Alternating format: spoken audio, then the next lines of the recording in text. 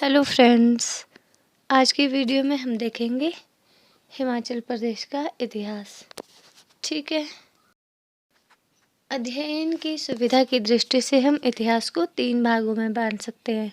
ठीक है, प्राचीन इतिहास, मध्यकालीन इतिहास और आधुनिक इतिहास। चलिए देखते हैं प्राचीन इतिहास को।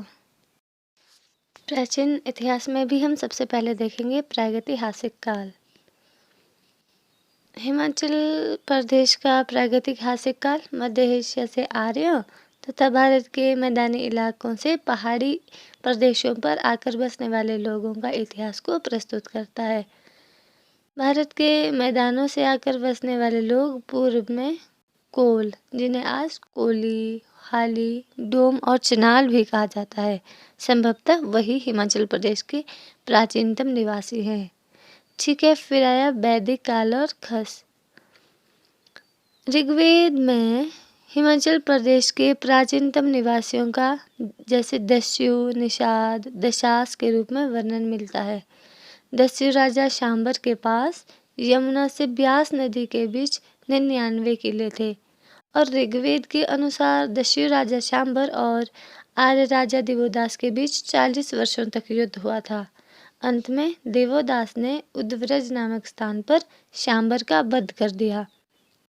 ठीक है, और हिमाचल प्रदेश में दूसरी जाति भोट और किरात मानी जाती है और फिर ये लोग हिमाचल प्रदेश के ऊपरी क्षेत्रों में रहते थे।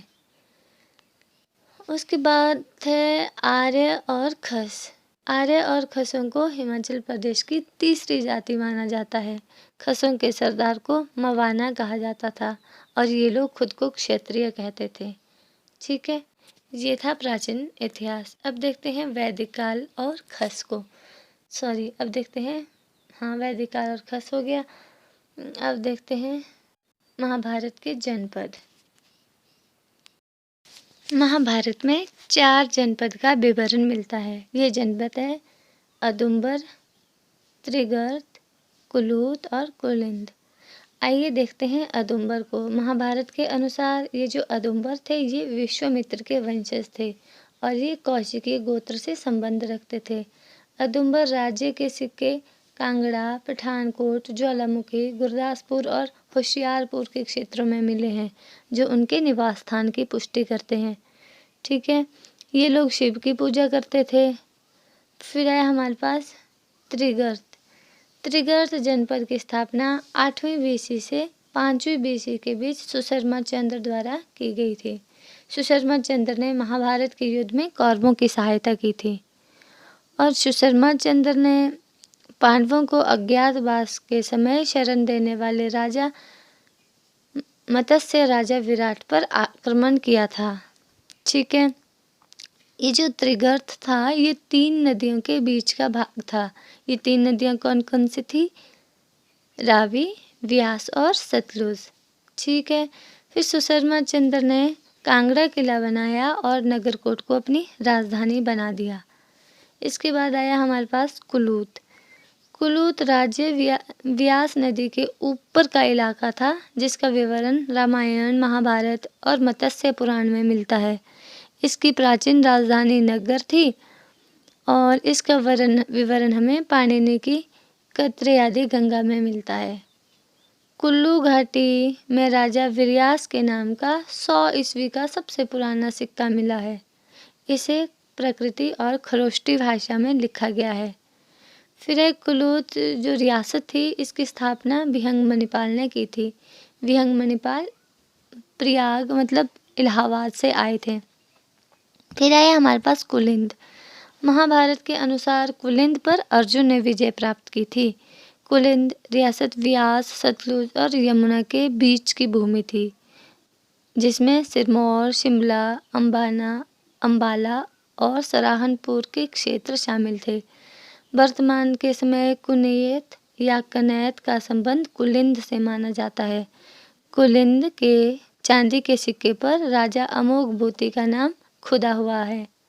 ठीक है, यमुना नदी का पौराणिक नाम कालिंदी है और इसके साथ पड़ने वाले पहाड़ी क्षेत्रों को कुलिंद कहा जाता है।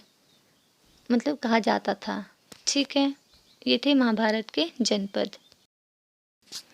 इसके बाद भारत पर सिकंदर का आक्रमण हुआ। सिकंदर ने 326 BC में भारत पर आक्रमण किया, लेकिन वो व्यास नदी को पार नहीं कर पाया, क्योंकि इसके लिए सिकंदर के सैनिकों ने साफ इनकार कर दिया था। इसमें सबसे प्रमुख था उनका सेनापति काइनोस। सिकंदर ने ब्यास नदी के तट पर अपने भारत अभियान की निशानी के तौर पर 12 स्तूपों का निर्माण करवाया था, जो अब नष्ट हो चुके हैं। इसके बाद आए मौर्य काल। सिकंदर के पश्चात चंद्रगुप्त मौर्य ने भारत में एक विशाल साम्राज्य की स्थापना की, और जिसका वर्णन हमें विशाखादत्त के मुद्रा राक्षस में मिलता है। ठीक है, ये जो हिमाचल प्रदेश के किरात, कुलिंद और खस आदि युद्ध प्रिय जातियां थी, इन्होंने मौर्य साम्राज्य की सेना में भर्ती होकर नंद वंश को समाप्त करने में योगदान दिया था। इसके बाद आए हमारे पास मौर्य काल। मौर्यों के पतन के बाद मौर्योत्तर काल आया, मतलब हमारे पास। ठीक है, मौर्य के पतन के बाद शुंग वंश पहाड़ी गणराज्यों को अपने अधीन नहीं रख पाए, वे स्वतंत्र हो गए। और फिर ईसा पूर्व प्रथम शताब्दी के आसपास शकों का आक्रमण शुरू हो गया। शकों के बाद कुषाणों के सबसे प्रमुख राजा कनिष्क का शासनकाल में पहाड़ी राज्यों ने समर्पण कर दिया। ठीक है, और पहाड़ी राज्यों ने कनिष्क की अधीनता स्वीकार कर दी। इसके बाद आए हमारे पास गुप्त काल।